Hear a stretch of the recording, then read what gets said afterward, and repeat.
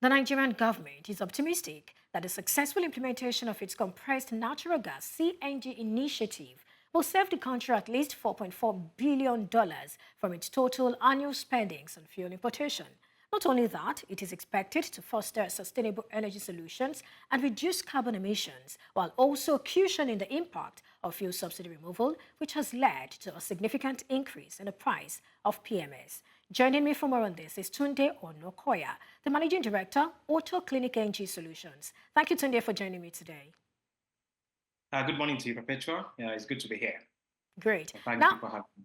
Okay. The Nigerian government sort of appears upbeat about the CNG initiative. I mean, we're talking about almost $4.4 billion being saved from, total annual spendings on fuel importation. Do you share the same optimism about this project? I do, actually, because CNG adoption is a no-brainer at this stage in our national life. We have to look at something that is very sustainable, something that we have in abundance, that's very much available to us in Nigeria, and has reasonably low barrier of entry. I mean, I would call this one of those low-hanging fruits that we should be looking at, and that's exactly what is happening at the moment. The alternative is to continue with the current subsidy regime that we have that has proven to be unsustainable over the years and has dug a hole, a big one, in the pocket of the country at the moment. So, yes, I share the optimism that we should be saving a reasonable amount of money in adoption of CNG, the CNG initiative, to drive industries, to drive vehicles, to drive generating sets for small businesses, to run power plants. CNG seems to be the way to go at the moment. Well, you talked about low barrier of entry, and some might want to argue with you because if there is low barrier for entry, then we should have it all over the country by now. But it has taken a lot of work. I mean, we have a committee that's working tirelessly and all of those happening. I mean, could you speak to what you mean by low barrier for entry, low entry barrier? Okay, so the low barrier of entry here is in how quickly things can be adopted, especially when it comes to the technical side of conversion of vehicles, to be able to run on CNG. Very important because it's a low barrier of entry, something that can happen within a week.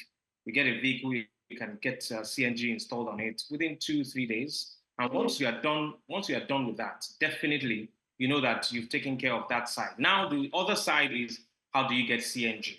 Well, one of the things that makes it a low barrier of entry is in the fact that with cascades now, which is what a lot of CNG refilling stations are using, cascades. So they have these articulated vehicles that have these CNG tanks loaded on them where they can easily take to the mother station, load it up, take it 100, 150 kilometers away from the mother station, and then dock it over there for dispensing to vehicles that want to use it.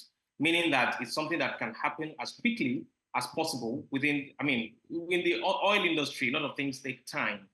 However, this is one of those things that can happen so quickly.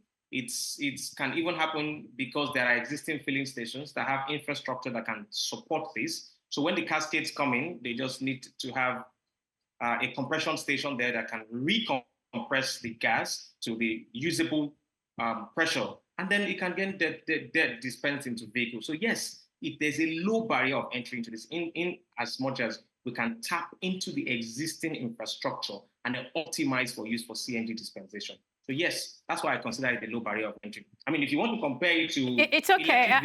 I apologize. We need to take a break now. That's a commercial break. When we come back, we'll continue. Please stay with me.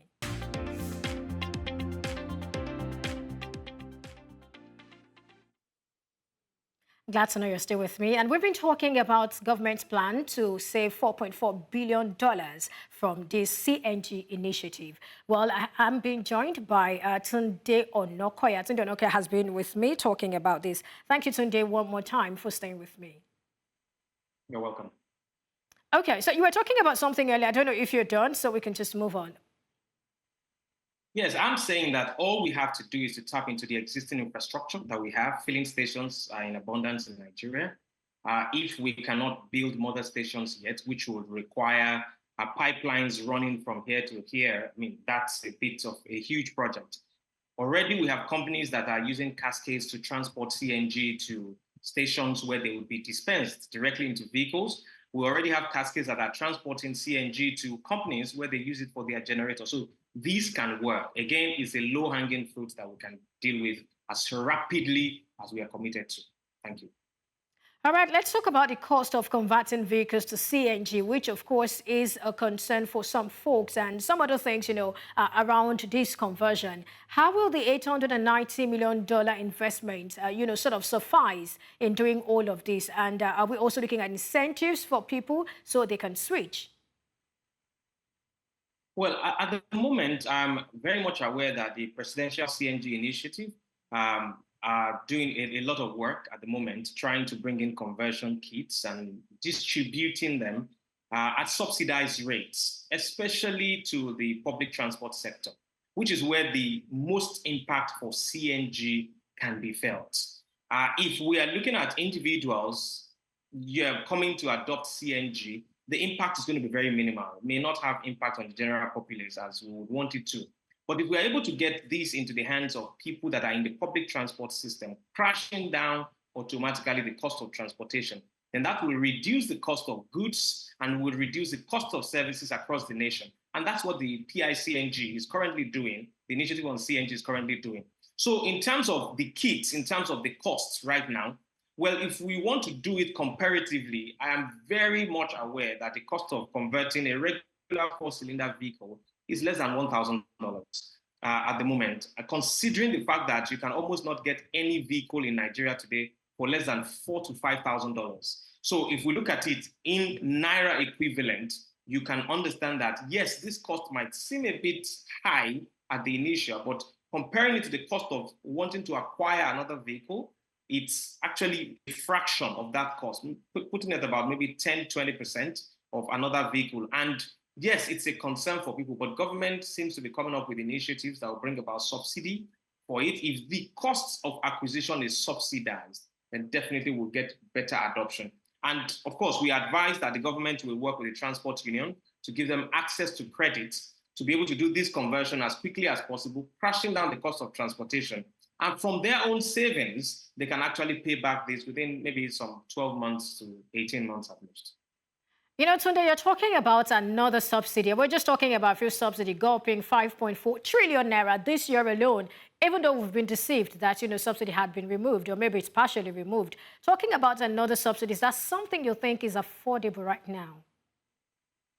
Well, we don't seem to have too much of a choice right now if we want this adoption to happen and happen rapidly. Now, this subsidy is a one-off thing. Now, we're not subsidizing the cost of CNG because CNG itself has always been cheap. Right now, varying between 40 and 50 naira per liter of CNG, which is about 200 to 230 per SCM of the CNG, meaning it's not something that requires subsidy at the moment. However, the cost of acquisition is what we are talking about here. The cost of conversion. Let's assume that the cost of conversion is about 800, maybe 1,000 naira.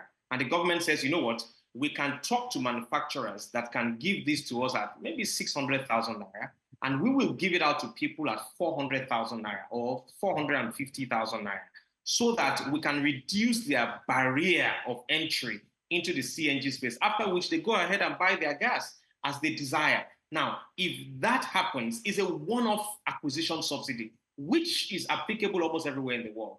If you go to Europe, especially in the UK, or even in the US, if you're buying an electric vehicle, there are some government incentives in terms of you don't pay road tax, you don't pay tolls in some areas, you don't pay for parking in some areas. These are some of the subsidies that government has brought into the acquisition and adoption of electric vehicles in some parts of the world. And if we are bringing that into the CNG space in terms of reducing the costs of acquisition of CNG, don't forget, there's already right now a rebate, or let's say a cancellation of VAT and tax and import duty on CNG and electric vehicles. That's also some form of subsidy that the government is actually providing. So yes, it is necessary if we want this adoption to happen. Right. Now, the government expects CNG to replace 20% of the current 50 million litres of petrol consumed in the country daily. Is this ambitious, or is it something that is, it's a given? And what will be the impact of this? I'd say it's quite ambitious. It can happen, but we need to get more people to use CNG for that to happen. I have been running my cars on CNG for about 7 months or 8 months right now. So I have only bought petrol personally just once in 2024, meaning that whatever it is I would have been spending on petrol, I have spent just a fraction of it on CNG. If that can apply to me, imagine what happens to public transporters that are moving completely away from maybe running petrol to CNG. A typical example is a gentleman I came across that drives a tricycle in Ibadan here. And he told me that he used to burn between 8,000 and 9,000 naira on petrol every single day to do his business. Now he runs between 1,700 to 1,900 naira on CNG. Now, if you look at that, that is massive savings for him, reducing the volume of petrol that we need. And if government doesn't use that petrol, if we are not importing petrol that much, we will need to subsidize less petrol, and that is savings on the side of government. And of course, we're saving precious foreign exchange that we barely need right now as a country. Right. Okay. I wanted to talk about something, which is the issue of safety. There are those who are concerned about safety. I mean, walk us through this. How safe is it, and how can we ensure safety really? Okay. CNG is very safe, I would say. For example, I've been running for like 7 months, I mentioned earlier. I would say categorically that it's even safer than petrol. Starting with volatility and combustion.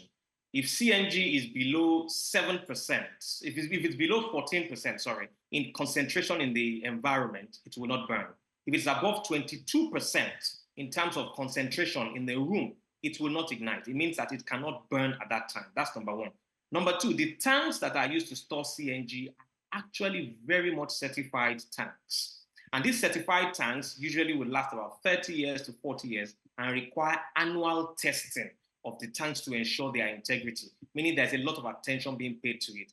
Let us not also forget the fact that people are driving petrol vehicles around, a lot of them 20, 30-year-olds, and nobody is talking about the condition of the tanks of these vehicles and the integrity of the fuel system. Petrol vehicles are not as safe as CNG vehicles are. But it has to be done properly. Now, it being done properly is one of those things that the National Automotive Design and Development Council, Standard Organization of Nigeria, and other bodies of government are coming together with. And they have come up with standards of how the kit should look like, what the kit should be, the conditionalities that must be met. In fact, they are even certifying workshop as we speak. Technicians that work on CNG are being certified as we speak.